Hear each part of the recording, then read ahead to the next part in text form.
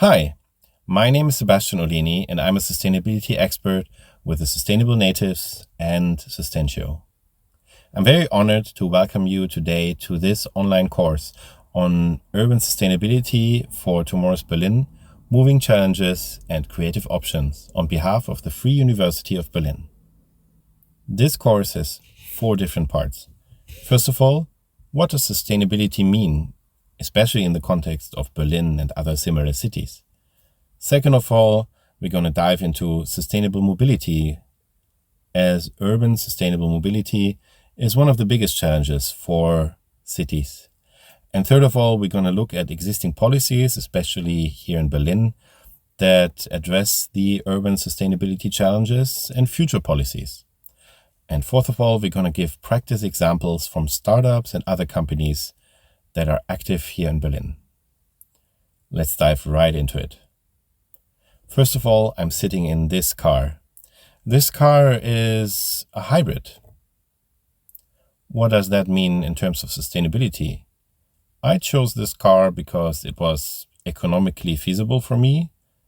And I chose this car because the environmental footprint is lower, because I can have at least short distances with a battery, about 40 to 50 kilometers that I can drive on the battery, and I'm using it with renewable energy that I charge at home.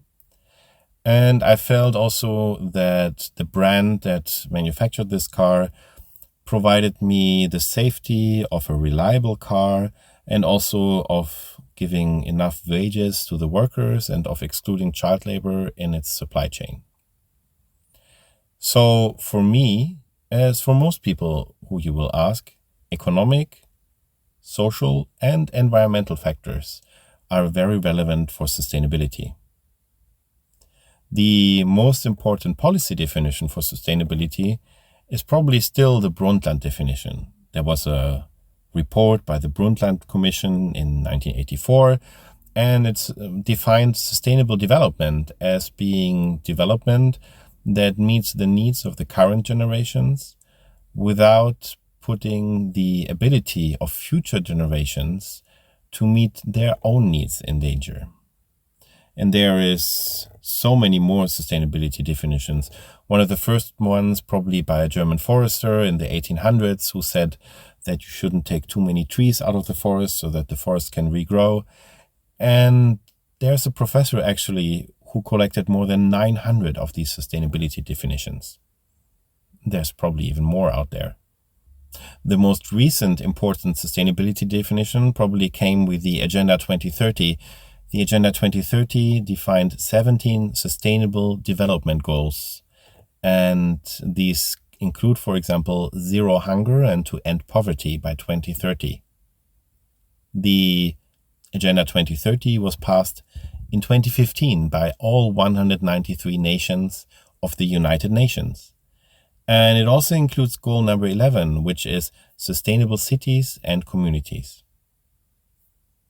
As sub-targets of this goal, there is safe and affordable housing, affordable and sustainable transport systems, inclusive and sustainable urbanization, to protect the world's cultural and natural heritage, to reduce the adverse effects of natural disasters, to reduce the environmental impacts of cities, to provide access to safe and inclusive green and public spaces, and to reach these targets, to have a strong national and regional development planning, to implement policies for inclusion, resource efficiency, and disaster risk reduction, and to support least developed countries in sustainable and resilient building. Now, when I think of sustainable cities, and probably when you think about sustainable cities too, affordable and sustainable transport systems and to reduce the environmental impact of cities is super important. Of course, safe and affordable housing and sustainable housing is also very important, but that deserves its own video. And let's go and focus this video especially on sustainable and affordable transport systems. What does that actually mean? And how can we use urban mobility and urban transport to also reduce the environmental impact of cities? Part 2. Sustainable mobility. That would mean social, economic, and environmental sustainability. Especially for urban transport and mobility, it should be equitable and affordable, so everybody can access it. It should be low emission, especially low carbon, low noise, and low energy usage. It should have a low footprint, both in terms of manufacturing the mobility products and in terms of footprint, in terms of urban space that it uses. So at the same time, and part of that is included in the reduced emissions, it shouldn't exceed the planetary boundaries for sure. If you don't know the planetary boundary concept, that's also a very interesting one, and I link it below in the video description for you to read more about this. Briefly summarized, it means that we are exceeding already the planetary capacity on quite some different levels, and that includes our climate emissions, but also the loss of biodiversity. So we are in a climate crisis. This is why I'm addressing low emissions. And this is also why the UN has said that the environmental impact of cities needs to be reduced. Traffic is a major factor in this. Traffic in cities, but also in general, contributes a big portion of the climate emissions that we have. And Germany, for example, is actually not on track at all to reduce these climate emissions in the area of traffic. While the other sectors are faring relatively well, we are way off target to reduce our climate emissions by 40% by 2030. And that is due to increasing traffic, actually overall, and increasing emissions despite the first small impacts of having electric cars. So in order to achieve our climate goals, in order to achieve the sustainable development goals, cities need to become more sustainable and traffic needs to become more sustainable especially. How can we do this? Now, taking the example of Berlin. Berlin is actually the biggest European Union city right now with 3.7 million inhabitants. And it covers an area of 900 square kilometers.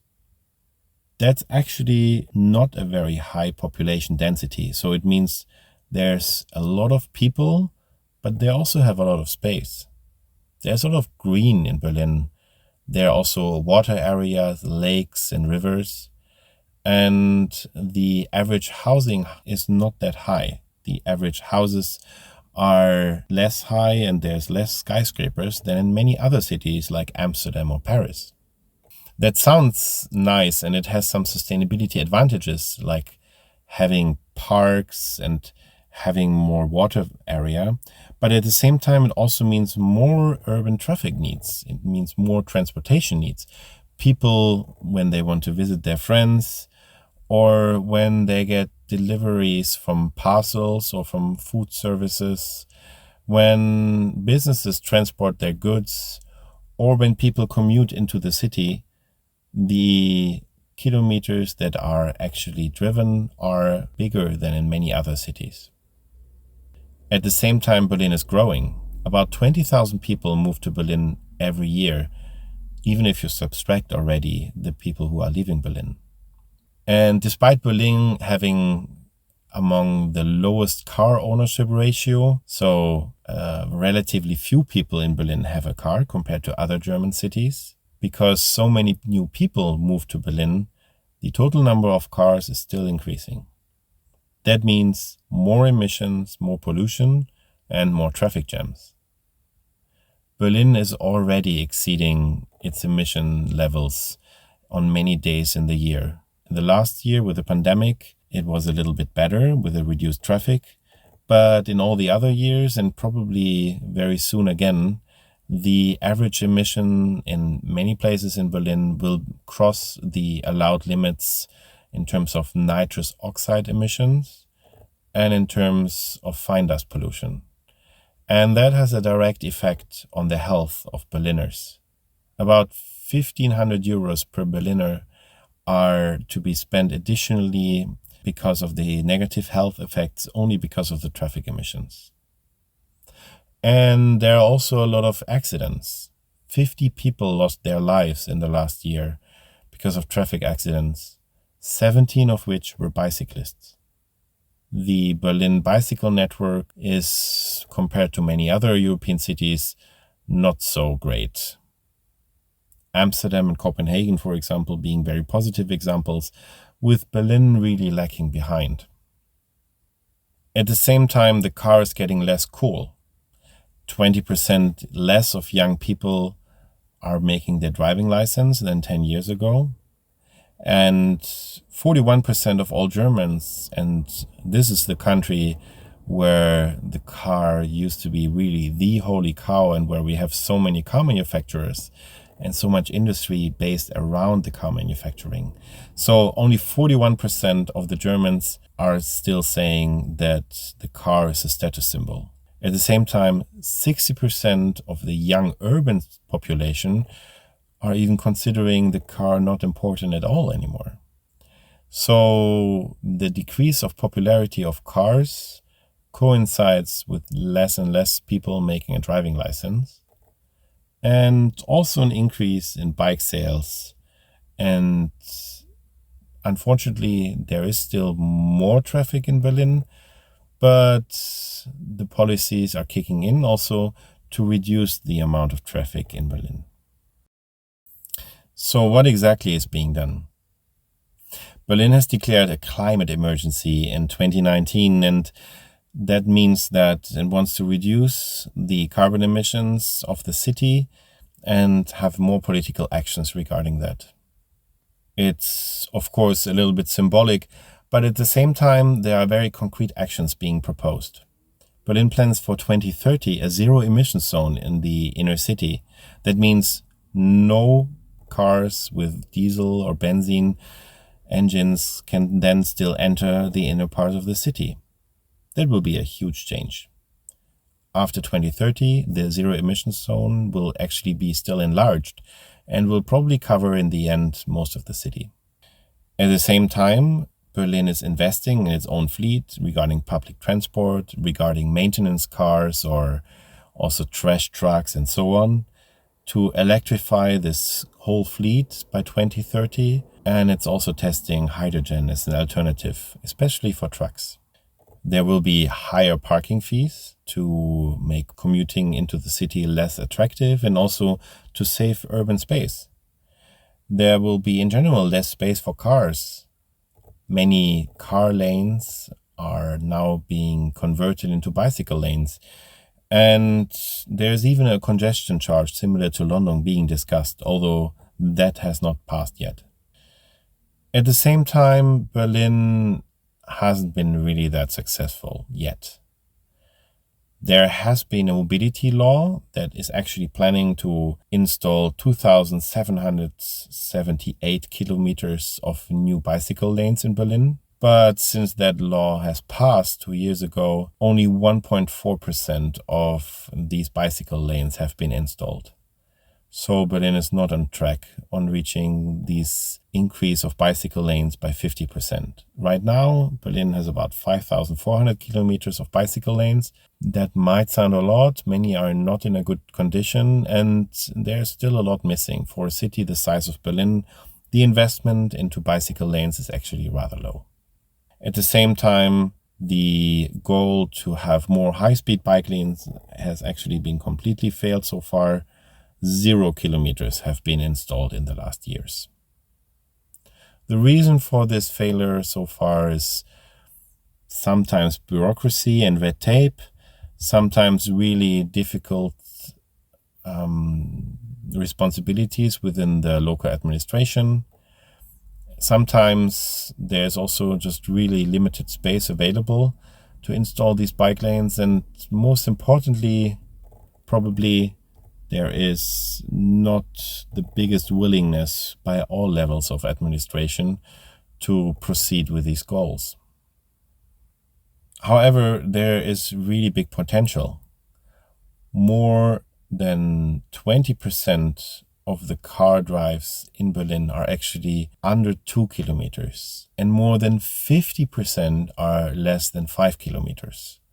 So that means if all these short distance car rides would be reduced, would be taken away and converted into bike rides, the traffic could be reduced by 50%. At the same time, Berlin, however, is on track to have more public transport. There is more subways being built, more local railways, more bus lanes, more buses are being bought, and so on. Of course, that's also very necessary with all these people coming to Berlin. But I'm optimistic that Berlin is actually really investing in its public transport facilities. Part 4, best practice examples. Let's come to the last part of this lecture, and that is, what are best practice examples to address urban sustainable mobility? Now, Berlin will not solve its sustainability challenges with policies alone. Policies can play an important role to reduce traffic, to have the right incentives. And one policy that I didn't even mention yet, of course, there's also subsidies going into different traffic solutions. For example, there's the electric car subsidy by the German state.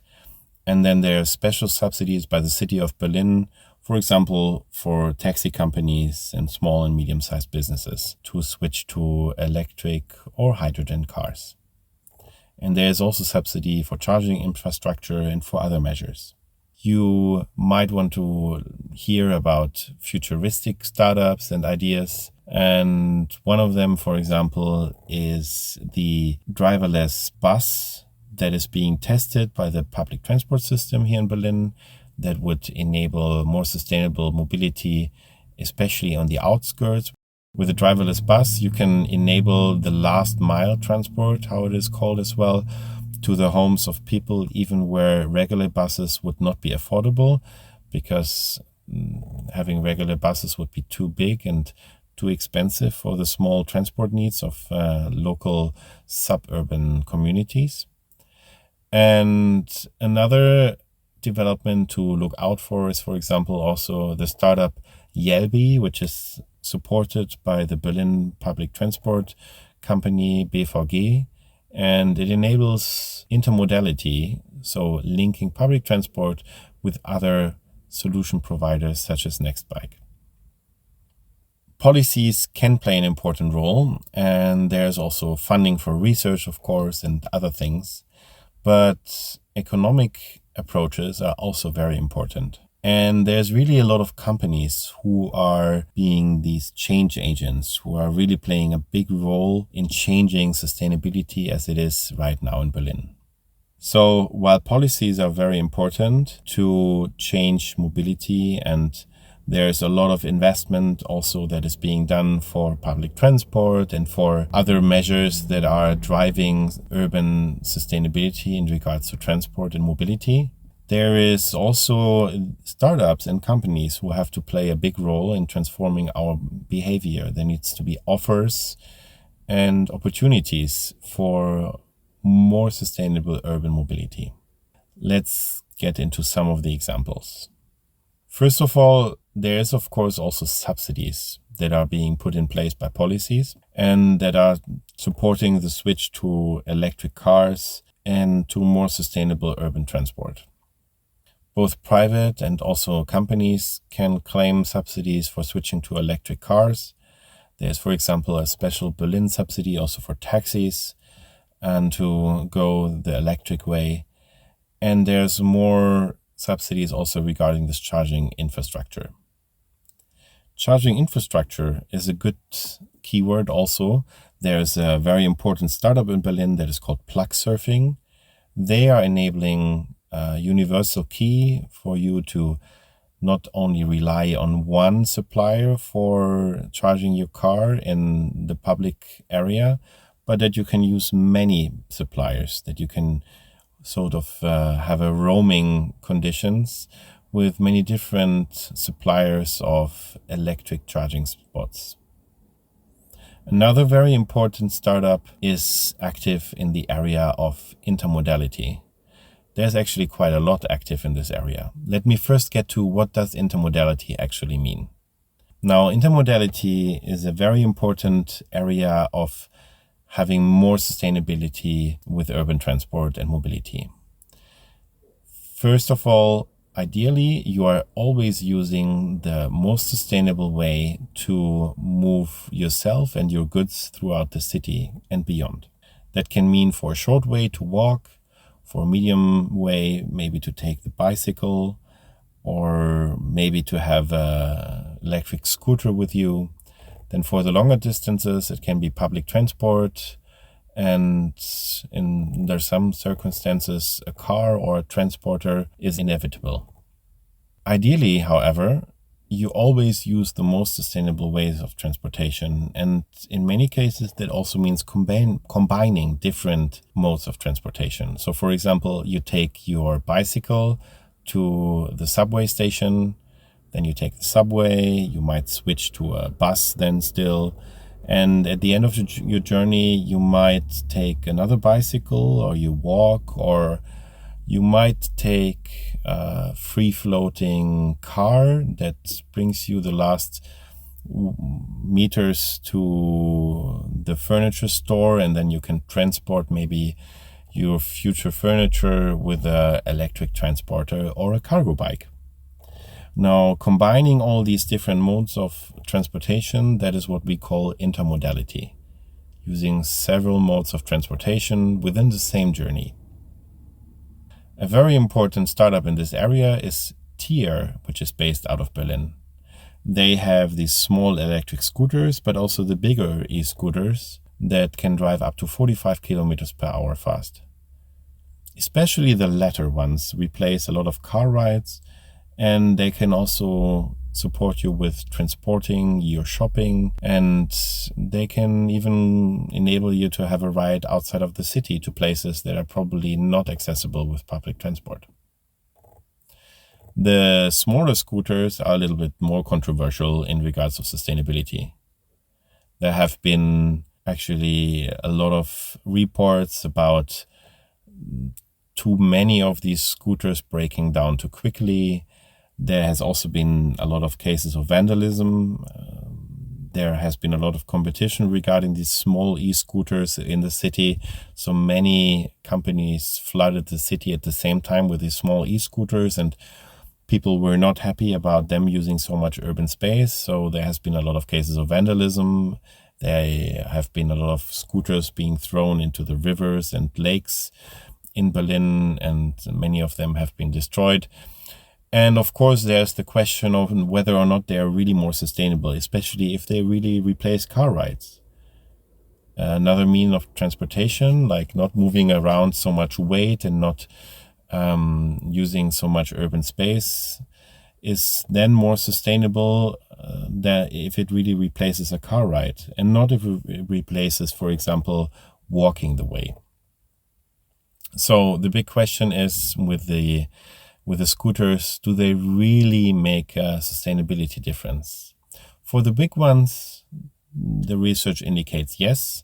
For the small e-scooters, probably not, although it really depends on how much it replaces car rides. Now, at the same time, there's also the argument that this is a question of accessibility. Many people who have never learned to use bicycles are using these e-scooters for a more sustainable mode of transportation.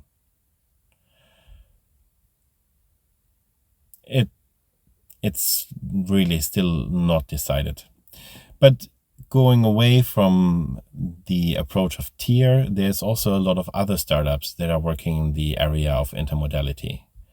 There's, for example, Nextbike and the Donkey Republic, which are offering bicycles that you can use in the so-called free floating principle.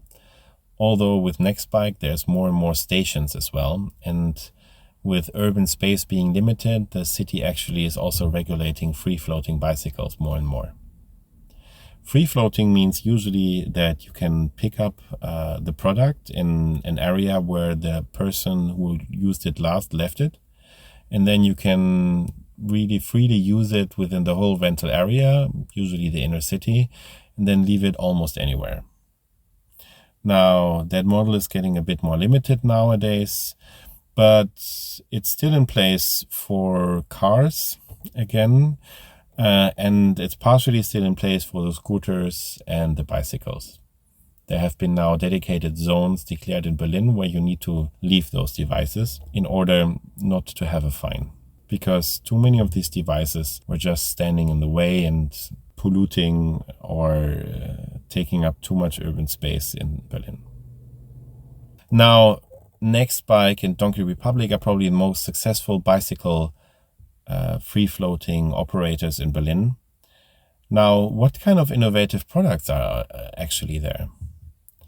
There is a lot of innovation also in the area of the kind of mobility products that are available on the market.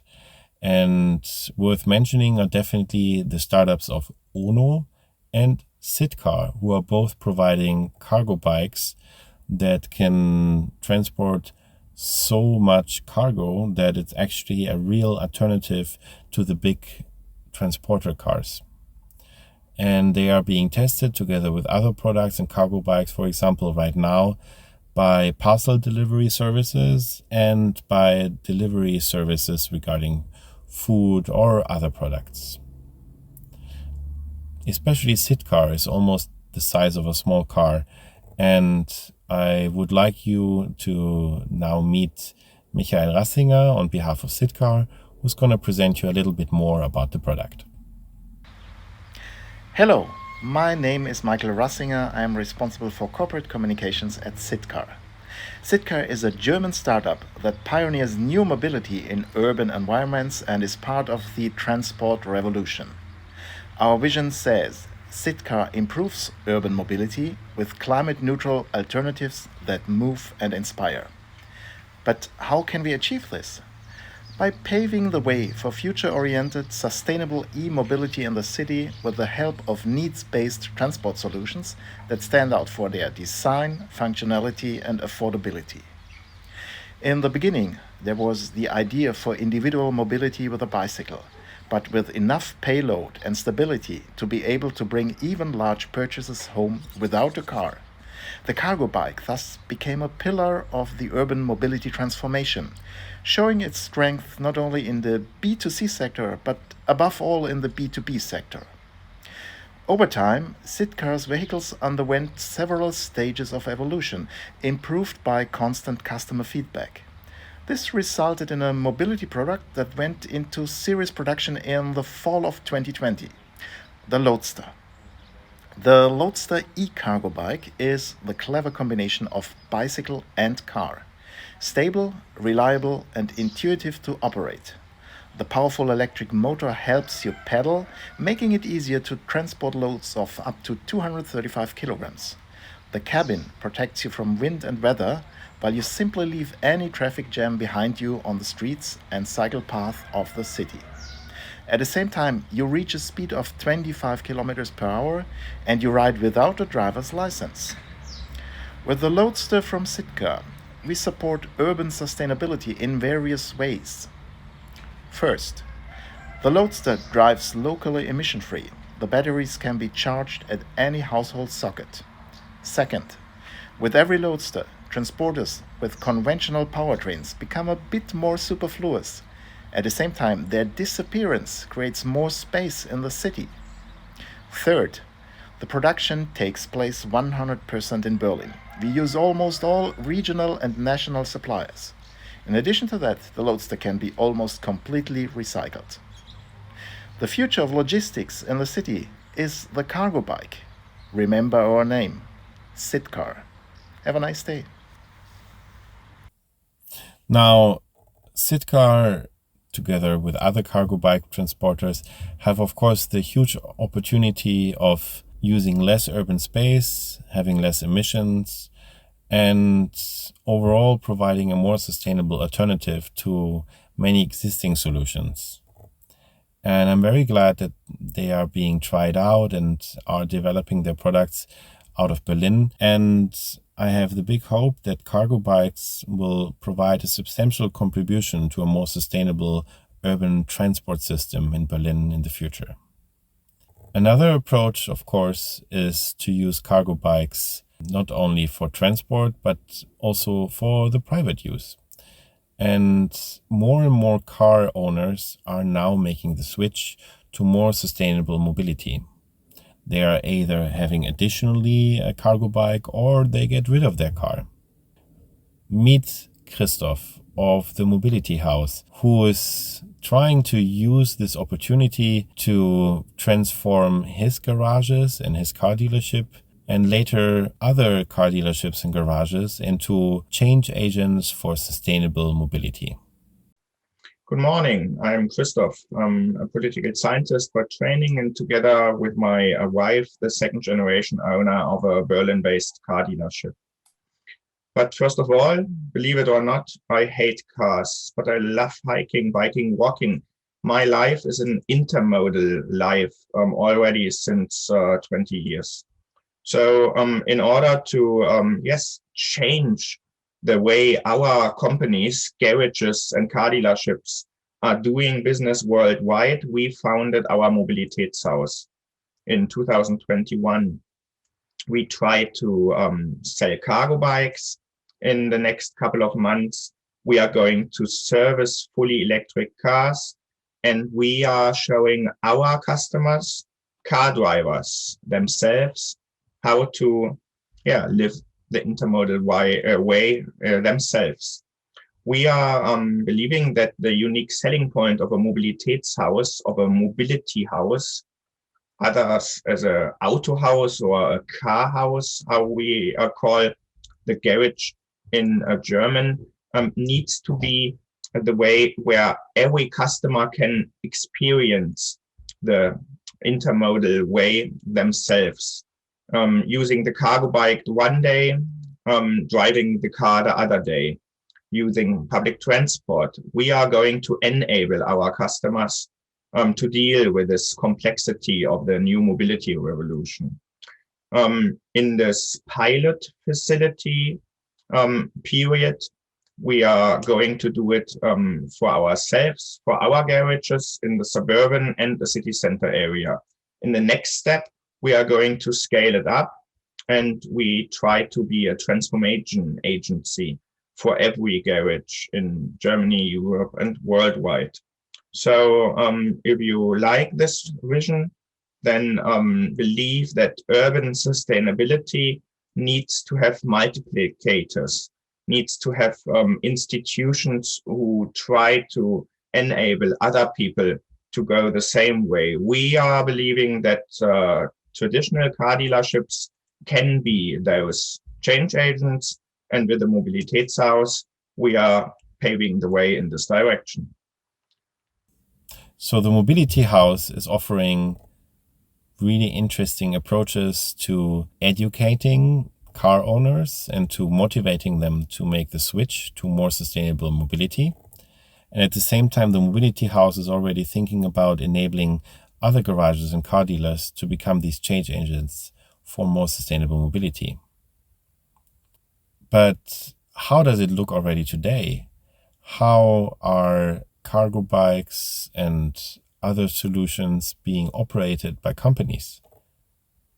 Meet Business on Wheels, a provider not only of maintenance for cargo bikes, but also selling and advising businesses on micro-mobility. My name is Stefan Döbrich. I'm the CEO and founder of Business of Rädern GmbH.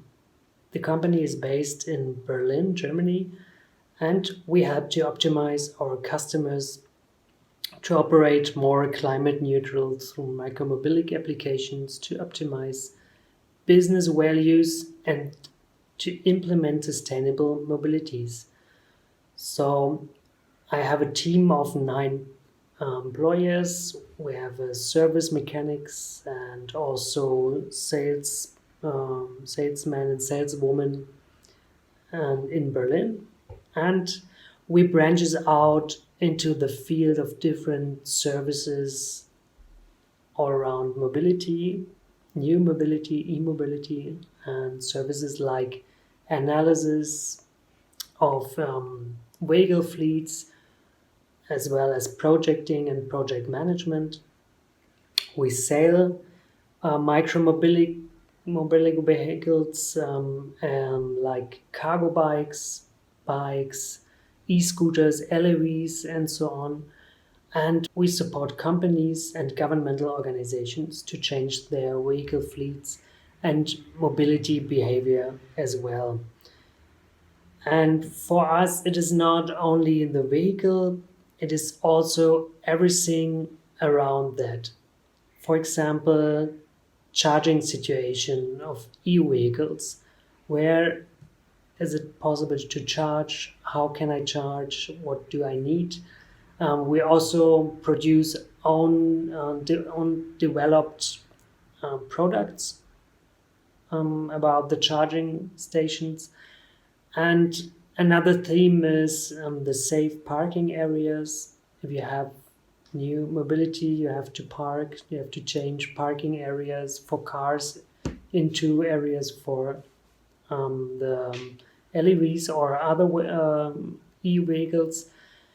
Another part is the accommodations for the drivers. You need lockers, shower rooms, and so on, and also the safety components. For long-lasting usage of the vehicles, we support our customer with our service mechanics. We have a mobile maintenance and repair service, and we are operating in Berlin and Brandenburg, as well as in other areas in Germany for the moment.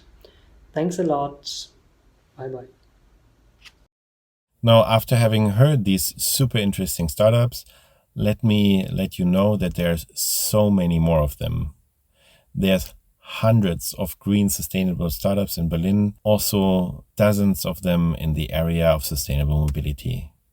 Many of them you can meet, for example, at the Motion Lab, a co-working space and network of sustainable mobility startups right in the heart of Berlin.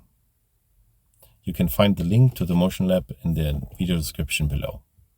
There's so much more out there, and we don't have time to go into all of them, but I encourage you to do your own research, to look into other sustainability options for the future of Berlin and of maybe your city as well. And I encourage you strongly to get involved and inform yourself about the future of sustainable urban mobility.